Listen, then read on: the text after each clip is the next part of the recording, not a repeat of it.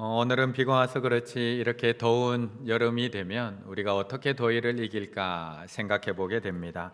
우리 성도님들은 어떻게 이번 여름 무더위를 이겨내시고 계시는가요? 어떤 분들은 선풍기만 틀어놓고 수박 한 통 딱 잘라 먹으면 이보다 더 좋은 피서는 없지라고 생각하는 분도 있습니다.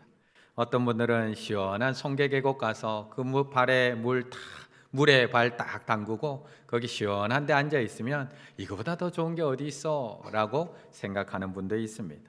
또 어떤 분들은 반대로 이열치열이지, 이렇게 더울 때일수록 땀 흘리며 운동하고 또 수안보 온천 가서 또 노폐물 한번 싹 빼고 이거보다 더 좋은 피서는 없다라고 이야기하기도 합니다. 그런데 이거 외에 또 하나의 피서의 방법이 있습니다. 그것은 바로 공포 영화를 한 편 보는 겁니다. 공포 영화. 캄캄한 밤에 방에 불을 다 꺼놓고 무서운 영화 한 편을 보고 있으면 살이 오싹 닭살이 돋아오르며 더위가 싹 사라진다고 이야기합니다. 물론 이런 현상은 심리적인 현상만을 의미하지 않습니다. 실제로 우리가 무서운 영화를 보게 되면 자율신경계의 작용으로 인해서 피부 혈관의 혈액 공급이 줄어들게 된다고 합니다. 그러면 피부의 온도가 낮아져서 오싹한 추위를 경험하게 된다고 이야기합니다. 충남대학교의 심리학과 손진흥 교수 연구팀은 이것을 실제로 연구를 해봤습니다. 공포영화 장화홍련의 한 장면을 실험 참가자들에게 보여주면서 온도 측정을 해봤더니 이마, 눈앞, 콧등, 코앞 온도가 0.04도, 0.09도 떨어졌다라고 이야기를 합니다. 이런 경험 해보셨나 모르겠습니다. 사실 저도 예전에 1997년에 어떤 한 공포 영화를 보고 이런 오싹함 느낀 적이 있습니다. 1997년에 개봉했던 나는 내가 지난 여름에 한 일을 알고 있다. 옆에 분과 인사 나누시겠습니다. 내가 다 알고 있어. 내가 다 알고 있어. 나는 내가 지난 여름에 한 일을 알고 있다 라는 공포 영화를 보면 저는 오싹함을 느꼈습니다. 미국 노스캐롤라이나의 지방에 있는 고등학생 4명이 졸업식을 하는 그 파티의 밤에 음주를 하고 운전을 하다가 그만 한 사람을 차로 치게 됩니다. 하지만 뺑소니를 하게 되고 그 사건 이후 1년 이후에 살인마가 등장을 합니다. 어부의 복장을 하고 갈고리를 든 그 사람이 등장을 해서 한 명씩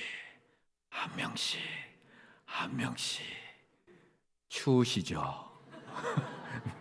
이렇게 죽여가는 그런 공포 영화가 바로 나는 내가 지난 여름에 한 일을 알고 있다라는 영화입니다. 그런데 이 영화가 우리에게 더 무섭게 느껴지는 이유는 영화의 내용이 공포스러운 것도 있지만 영화의 제목 때문이기도 합니다. 한 책에서는 이렇게 얘기합니다. 쌍방향 소통을 기반으로 둔 공유 지식은 공포 영화 나는 내가 지난 여름에 한 일을 알고 있다라는 이 제목이 왜 그토록 아찔한 제목인지를 설명해 주고 있습니다. 이 제목이 아찔하고 살벌한 이유는 지난 여름에 벌어진 일 자체가 아니라 지난 여름에 어떤 일이 있었느냐가 아니라 상대방이 그 일에 대해서 알고 있다는 것, 내가 감추고 있는 비밀을 누군가 알고 있다는 것이 더 무섭다는 겁니다.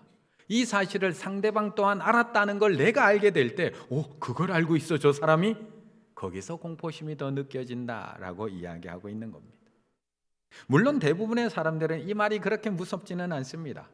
평범한 일상을 살아가고 있는 사람들, 누군가 내가 지난 여름에 한 일을 알아도 아무런 거리낌 없는 사람은 이 제목이 그렇게 무섭지는 않습니다. 하지만 누군가 이 문장, 이 제목을 들으면 내가 지난 여름에 뭘 했지? 한 번쯤은 되돌아보게 되는 그런 제목이라는 것입니다. 나는 내가 지난 여름에 한 일을 알고 있다. 그렇다면 하나님은 어디까지 알고 계실까요? 어떤 사람도 네가 지난 여름에 한 일을 알고 있어 라고 이야기하는데 하나님은 내가 지난 여름에 한 일만 알고 계실까요? 3년 전? 5년 전? 10년 전 일은 알고 계시지 않을까요? 아니, 하나님이 나의 과거만 알고 계실까요? 나의 미래는 알고 계시지 않을까요? 오늘 본문에 등장하고 있는 이 하나님의 사람 엘리사, 그도 하나님을 통해서 모든 걸 지금 다 알고 있는 상황입니다. 10절의 말씀을 같이 한번 읽어보겠습니다. 10절입니다. 엘리사가 이르되 너는 가서 그에게 말하기를 왕이 반드시 나으리라 하라. 그러나 여호와께서 그가 반드시 죽으리라 하고 내게 알게 하셨느니라 하고. 아멘. 우리가 지난주에는 아람의 군대 장관 나아만이 나병에 걸려서 그 병을 치료하고자 엘리사를 찾아갔던 그 장면을 우리가 말씀으로 나누었습니다. 그런데 오늘 본문은 아람 왕, 같은 나라 아람 왕 베나닷이 큰 병에 걸려서 죽게 되는 장면으로 오늘 본문이 시작을 합니다. 한 나라의 군대 장관뿐만 아니라 한 나라의 왕도, 한 나라를 다스리는 왕도 죽음 앞에서는 똑같이 두려워할 수밖에 없다는 겁니다. 바로 그때, 이 큰 병에 걸려서 두려워하고 있는 바로 그때 아람 왕 이 베나닷의 귀에 나아만의 나병을 낫게 해주었던 그 북이스라엘의 선지자 엘리사가 이 아람의 수도 다메섹에 왔다는 소식을 듣게 된 겁니다. 얼마나 기쁜 일입니까? 아람의 군대 장관 나아만은 찾아가서 만났는데 그 엘리사가 직접 다메섹으로 찾아왔다는 겁니다. 이 병 때문에 내가 어떻게 될지 몰라서 지금 전전긍긍하고 있을 때입니다. 이 병이 나을 수 있을까? 이 병이 도리어 악화되지 않을까? 내가 정말 다시 살 수 있을까? 아니면 죽게 될까?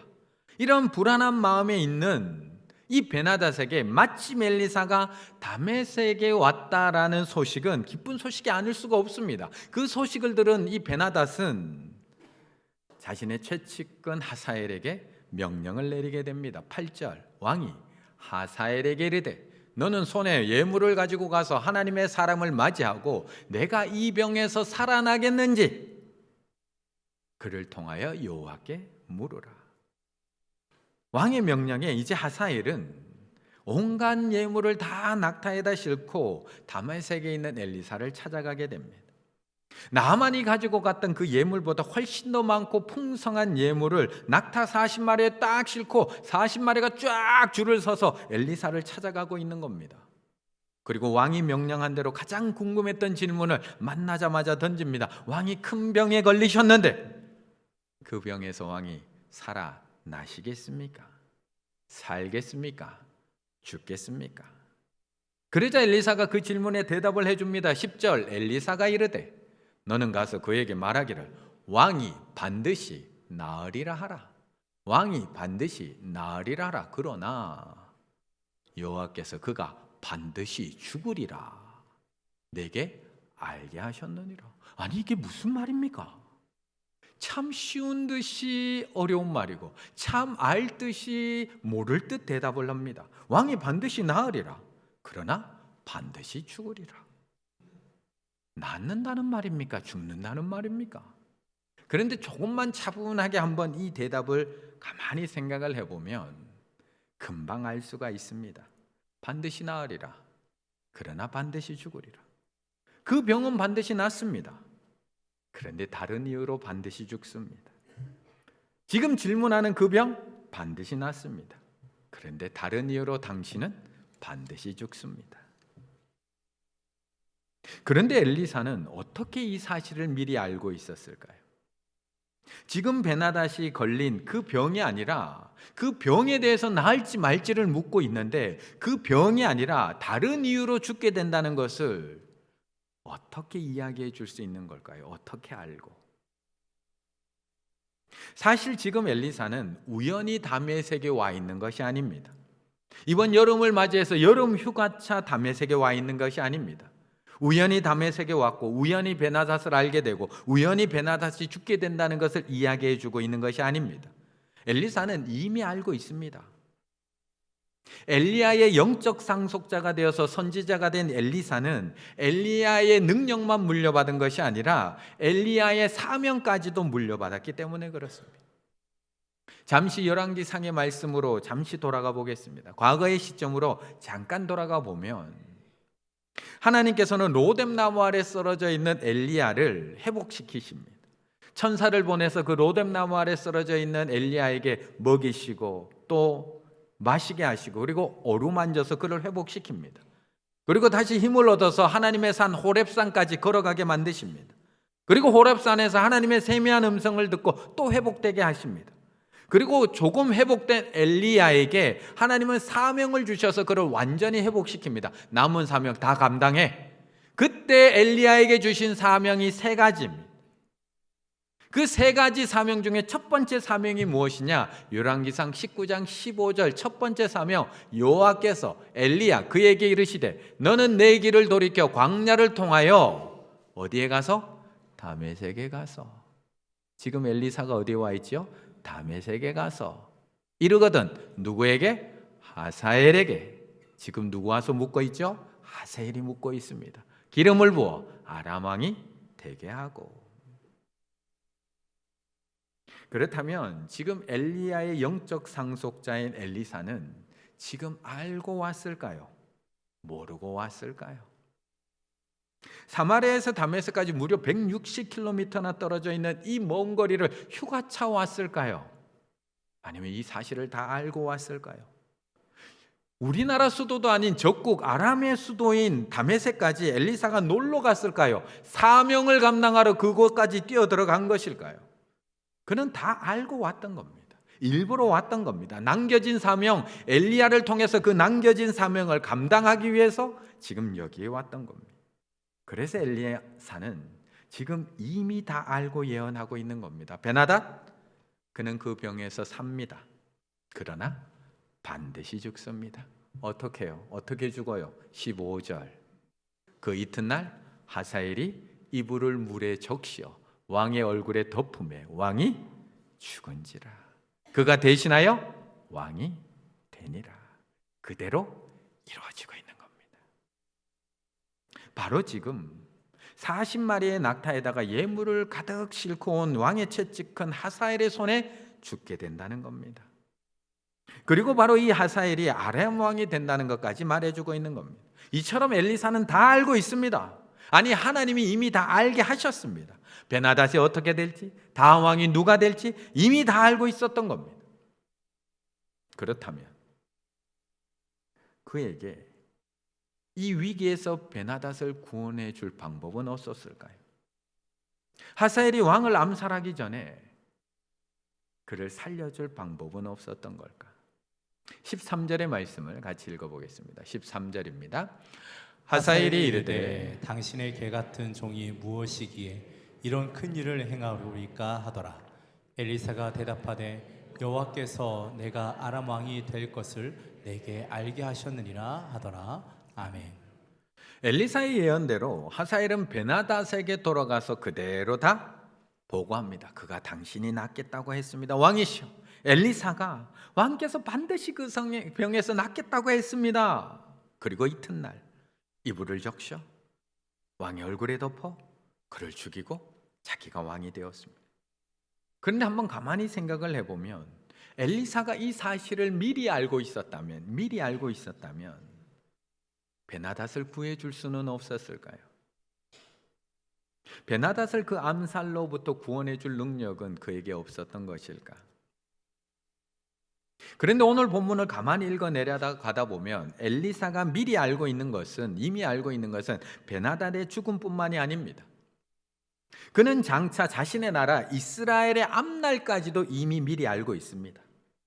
이 베나닷이라는 왕을 죽인 이 악랄한 하사엘이 앞으로 아람의 왕이 되어서 앞으로 어떤 끔찍한 일을 이스라엘에게 범하게 될지까지도 엘리사는 알고 있습니다. 12절 하사엘이 이르되 내 주여 어찌 우시나이까 하는지라. 대답하되 네가 앞으로 이스라엘 자손에게 행할 모든 악을 내가 알미라. 알고 있다는 겁니다. 이미 네가 그들의 성에 불을 지르며 장장들을 칼로 죽이며 어린 아이들을 갖다가 맺히며 아이된 부녀의 배를 가르며 이것까지도 다 알고 있다는 겁니다. 엘리사는 베나닷의 죽음뿐만 아니라 하사엘의 아람 왕이 될 것, 그가 왕이 되고 나면 앞으로 이스라엘 자손들에게 어떤 끔찍한 일을 행할지도 다 알고 있다는 겁니다. 그렇다면 그에게 이스라엘을 구원해 줄 능력은 없는 걸까요? 다 알고 있는데. 우리가 지난주에 살펴본 것처럼 엘리사에게는 놀라운 능력이 있습니다. 자신을 찾아온 나아만 장군을 요단강에 7번 씻게 해서 그의 살을 어린아이 살처럼 깨끗하게 회복시킬 능력이 있습니다. 엘리야로부터 물려받은 예언의 능력, 치유의 능력이 있었습니다. 그렇다면 그에게 지금 이스라엘을 이 위기에서 구원해 줄 능력은 없을까요? 그런데 오늘 본문 8장 앞에 6장과 7장을 보면 엘리사에게 얼마나 더 큰 능력이 있는지를 우리에게 한눈에 다 보여주고 있습니다. 열왕기하 6장과 7장은 모두가 다 아람과 이스라엘 전쟁 이야기를 다루고 있습니다. 6장에서는 아람 왕이 이스라엘 왕을 어떻게든 사로잡고 싶어서 안달이 나 있습니다. 그래서 자신의 부하들을 시켜서 이스라엘 왕이 갈 만한 곳곳에다가 사람들을 매복해 놓고 있습니다. 이스라엘 왕이 지나갈 때 잡으려고. 그런데 그때마다 작전이 실패로 돌아가는 겁니다. 아니, 어떻게 그럴 수가 있을까요? 요 앞에 상거리에다가 매복을 시켜놓고 LG 아파트 앞에다가 매복을 시켜놓고 다 매복을 시켜놓는데 갈 때마다 다 하는 겁니다. 어떻게 그렇게 잘할 수 있는가? 그 이유는 엘리사 때문이었던 겁니다. 매복을 시켜놓을 때마다 엘리사가 이스라엘 왕에 알려주는 겁니다. 왕이시여 조심하시옵소서. 상거리에 나가도 보면 왼쪽에 한 놈 매복해 있습니다. LG 아파트 앞에 딱 돌면 2명 매복해 있습니다. 조심하십시오. 그거 다 알려주고 있는 겁니다. 그럼 이처럼 알았다는 것은 구원해 줄 능력도 있다는 겁니다. 피하십시오. 그 길로 가지 마십시오. 이런 일이 계속 반복되자 아람 왕이 화가 납니다. 화가 난 아람 왕 베다닷, 아람 군대를 다 이끌고 엘리사만 잡으면 된다는 마음에 엘리사가 머물고 있는 도단성으로 쳐들어와서 에워싸기 시작을 합니다. 그리고 그 다음날 아침 일찍 일어난 사환이 밖에 나가서 봤더니 성을 둘러싸고 있는 아람 군대를 보고 깜짝 놀라 두려워서 엘리사에게 보고를 합니다. 큰일 났습니다. 큰일 났습니다. 두려워 떨고 있는 사환. 엘리사가 그를 위해서 기도해 줍니다. 그러자 영적 눈이 떠지고 산에 둘러싸고 있는 불말과 불병거를 그 사원이 보게 되는 사건. 지금 머릿속에 그 스토리 쫙 흘러가고 계시죠? 네, 지금 무슨 말 하는지 지금 전혀 모르는 표정도 있고요. 끄덕끄덕. 이럴 때는 모르더라도 끄덕끄덕 해야 됩니다. 끄덕끄덕. 그리고 나서 이 사건이 그냥 끝나지 않습니다. 도단성을 포위하고 있던 아람 군대가 그냥 끝나는 것이 아니라 하나님께서 그들의 눈을 어둡게 만드십니다. 그리고 북이스라엘의 수도인 사마리아 성으로 이 아람 군대를 다 끌고 갑니다. 그리고 사마리아 성 안에 완전히 도간에 든 지처럼 딱 갖다 놓습니다. 어떻게 처리해야 될까요? 다 잡아왔는데, 도간에 든 쥐가 됐는데 이제 이들을 어떻게 처리해야지 후환이 없어지는 걸까요? 우리의 생각과 이스라엘 왕 생각도 똑같았습니다. 지금이 기회다. 이것들 싹 죽여야 된다. 아람 군대가 더 강력해지기 전에 이번에 싹 죽이려고 마음을 먹었습니다. 하지만 엘리사가 이렇게 왕에게 이야기해 줍니다. 6장 22절 대답하되 치지 마소서. 칼과 활로 사로잡은 자인들 어찌 치리이까? 어찌 죽이려고 합니까? 도리어 떡과 물을 그들 앞에 두어 그들을 먹고 마시게 하고 그들의 주인에게로 왕에게로 다시 돌려보내소서. 그걸 이야기하고 있는 겁니다. 그럼 아람 왕도 이쯤에서 정신 차려야 되는 것 아닌가요? 이런 일을 당하고도 아람 왕은 정신을 못 차립니다.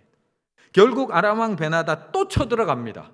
6장 24절 불과 2절 후에 또 쳐들어갑니다. 이후에 아람 왕 베나닷이 그의 온 군대를 또 모아서 올라가서 이번에는 도단성이 아니라 사마리아 성을 에워싸니. 그렇다면 이번에는 어떻게 될까요? 도단성을 포위했다가 완전히 전멸할 뻔했던 아람 군대, 이번에는 정말 철저하게 준비합니다. 그리고 수도 사마리아 성을 완전히 에워쌉니다. 지난번처럼 그렇게 대충 하지 않습니다. 완전히 포위해서 개미 한 마리도 그 성에 못 들어가게 성을 완벽하게 봉쇄를 합니다. 무슨 작전? 아사 작전. 그 성 안에 있는 모든 백성들이 다 굶어 죽게 만들기 위해서 모든 성을 완벽하게 봉쇄합니다. 아무것도 못 들어가고 나오게. 마치 요즘 극심한 하이퍼 인플레이션 때문에 많은 어려움을 겪고 있는 베네수엘라, 아르헨티나. 요즘에 화폐의 가치가 없습니다. 화폐의 가치. 파라과이에서 한 마트에서 도둑이 강도가 들었습니다. 강도가 위협을 하며 돈을 내놓으라고 했더니 그 마트 주인이 아르헨티나 돈 지폐를 이만큼 줍니다. 그랬더니 강도가 돌려줍니다. 안 가져갑니다. 왜요? 이걸로는 빵 하나도 살 수 없으니까. 도리어 그 지폐에 벽지로 쓰는 게 더 낫다라고 이야기할 정도의 지금 상황에 이르렀습니다.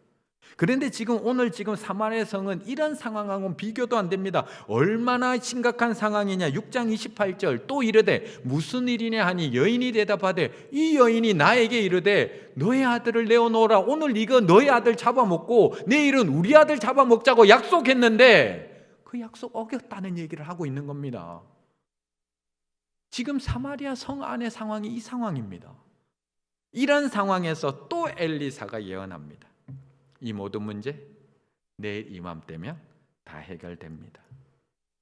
내일 이맘때면 이 식량 문제 다 해결됩니다. 사마리아 성 다시 다 회복될 겁니다. 그리고 정말 그 다음날 놀라운 일이 일어납니다.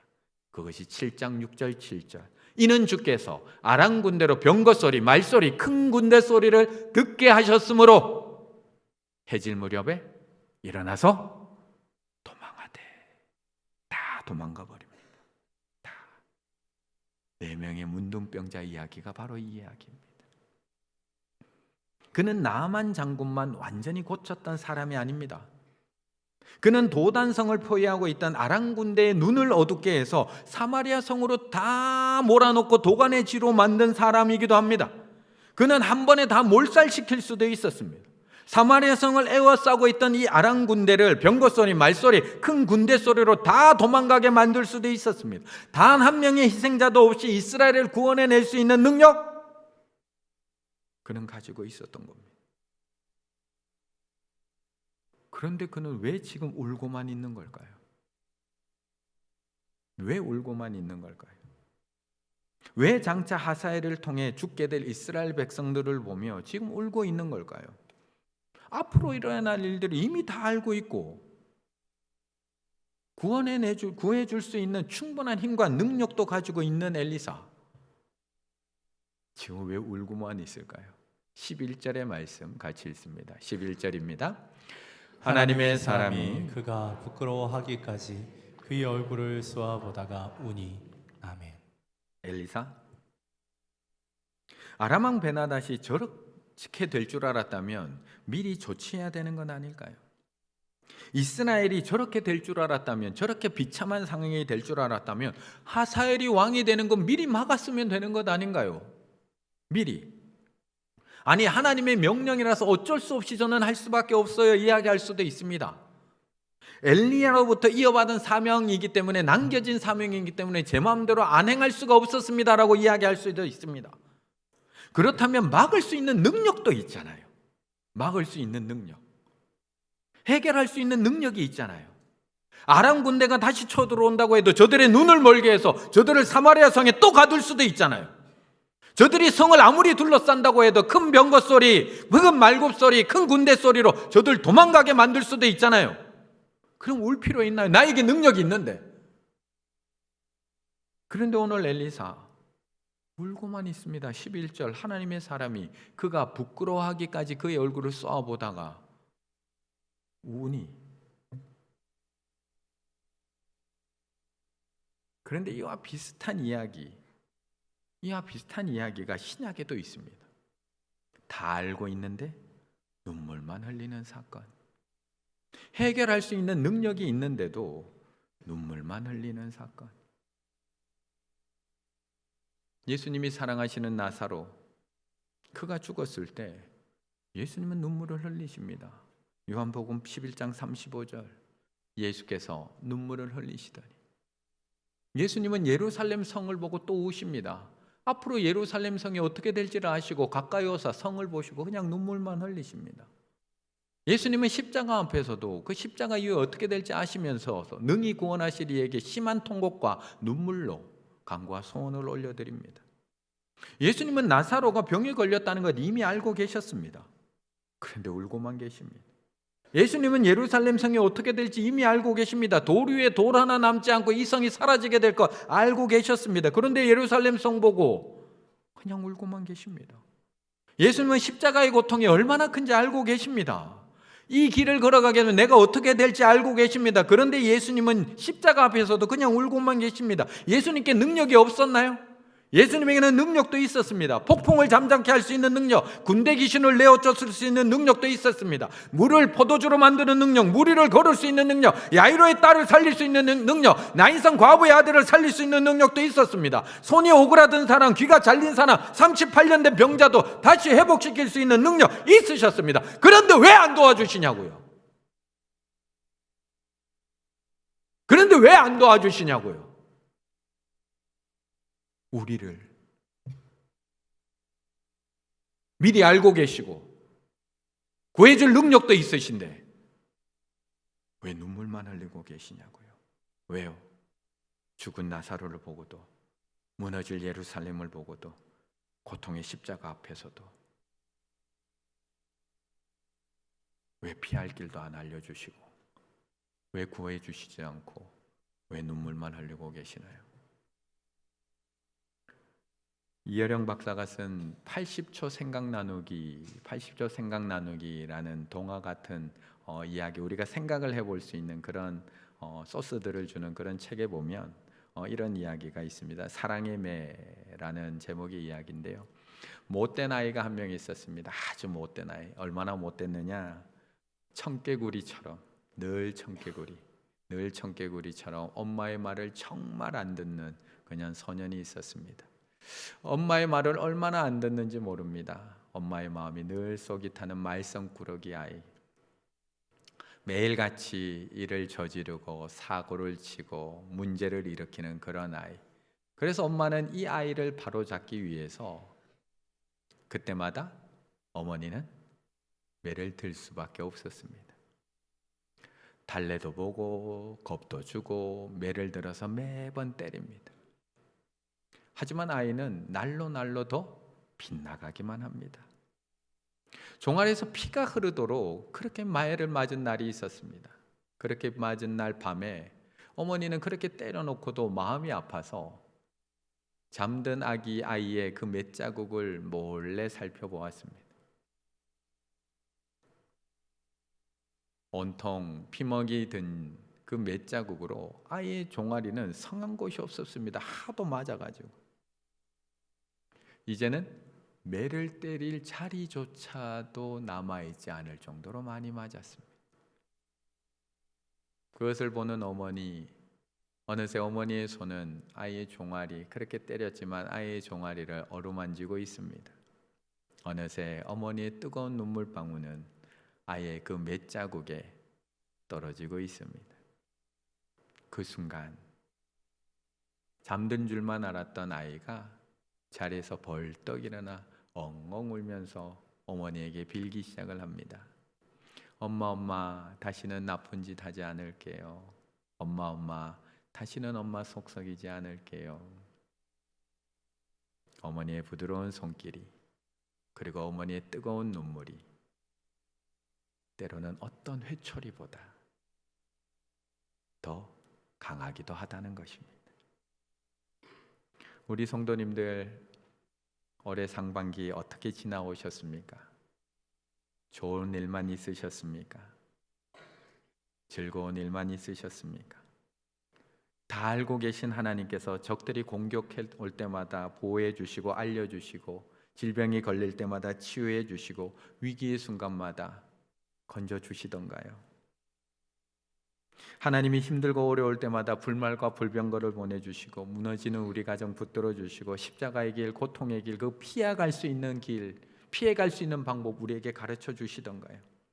분명 하나님은 다 알고 계시는데, 분명 하나님은 나를 이 깊은 수렁에서, 웅덩이에서 건져줄 능력도 있으신데 왜 오늘은 하나님 가만히 계시냐고요? 내가 지금까지 어떻게 힘들게 살아왔는지, 얼마나 힘들게 살아왔는지 하나님 다 아시잖아요. 지금도 내가 얼마나 힘든 상황에 있는지 하나님 다 아시잖아요. 앞으로도 나의 갈 길을 하나님께서 가고 섬 하나님이 다 알고 계시잖아요. 능력도 있으시잖아요. 피할 길을 알려주실 수 있는 능력, 그 수렁에서 건져주실 수 있는 능력도 있으시잖아요. 그런데 왜 가만히 계시냐고요? 왜 가만히 울고만 계시냐고요? 이렇게 부르짖고 있는 이스라엘 자손들, 그렇게 매를 맞아서 더 이상 매를 맞을 데도 없는 이스라엘 자손들에게 하나님은 이렇게 예레미야 선지자를 통해서 말씀하십니다. 여호와의 말씀이니라. 너희를 향한 나의 생각을 내가 아나니 평안이요 재앙이 아니니라. 너희에게 미래와 희망을 주는 것이니라. 우리를 향한 하나님의 생각은 재앙이 아닙니다. 멸망이 아닙니다. 어머니가 죽이려고 우리를 회초리로 때리는 것이 아닙니다. 자녀들로 하여금 다른 우상을 버리게 만들고 죄악을 버리게 만들고 하나님께 돌아오게 만들고자 하시는 하나님의 사랑, 하나님께 더 가까이 나오게 만들고 하나님만 의지하게 만들고 부활을 믿게 만들고 믿음 위에 바로 서게 만들고 온전한 믿음의 사람으로 만들어가기 위한 그 어머니, 그 아버지의 평안이요 미래요 희망이라고 말씀하고 있는 겁니다.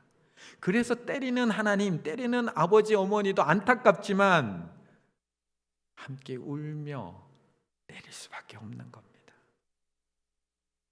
이런 하나님의 생각을 알게 되면 고난의 터널 지나가고 있어도 감사할 수 있습니다. 이런 하나님의 마음을 알게 되면 사방으로 우겨쌈을 당하여도 감사할 수 있고요. 이런 하나님의 눈물을 알게 되면 답답한 일을 당하여도 낙심하지 않고 감사할 수 있습니다. 이런 하나님의 생각, 하나님의 마음, 하나님의 눈물을 알게 되면 나와 함께 눈물을 흘리고 계시는 그 하나님께 감사할 수 있는 것입니다. 우리는 모두가 지금 참 힘든 시기를 지나가고 있습니다. 정치, 경제, 사회, 미래, 기후, 위기가 안 붙은 단어가 없습니다. 다 위기입니다. 그 정도로 우리는 사방으로 우겨쌈을 당하는 힘든 시기를 보내고 있습니다. 청소년들만 힘든가요? 청년들만 힘든가요? 40대는 안 힘드신가요? 50대, 60대는 안 힘드신가요? 노년은 안 힘드신가요? 모든 세대가 다 힘든, 답답하고 낙심되는 그런 시기를 우리는 지나가고 있습니다. 하지만 이 모든 것들이 우리를 멸망시키기 위한, 재앙을 주시기 위한 하나님의 뜻이 아니라는 것을 우리는 다시 기억을 해야 됩니다. 우리가 다시 하나님께 돌아서게 하고 우리를 다시 믿음으로 일어서게 하고 우리가 다시 하나님을 붙들게 하기 위한 우리를 향한 하나님의 평안이요 희망이요 또한 미래라는 것을 기억하시고 다시 나와 함께 울고 계시는 그 주님의 마음을 기억하시며 다시 감사함으로 하반기를 채워가실 수 있는 우리 충혈의 가족들 다 되시기를 간절히 바라겠습니다.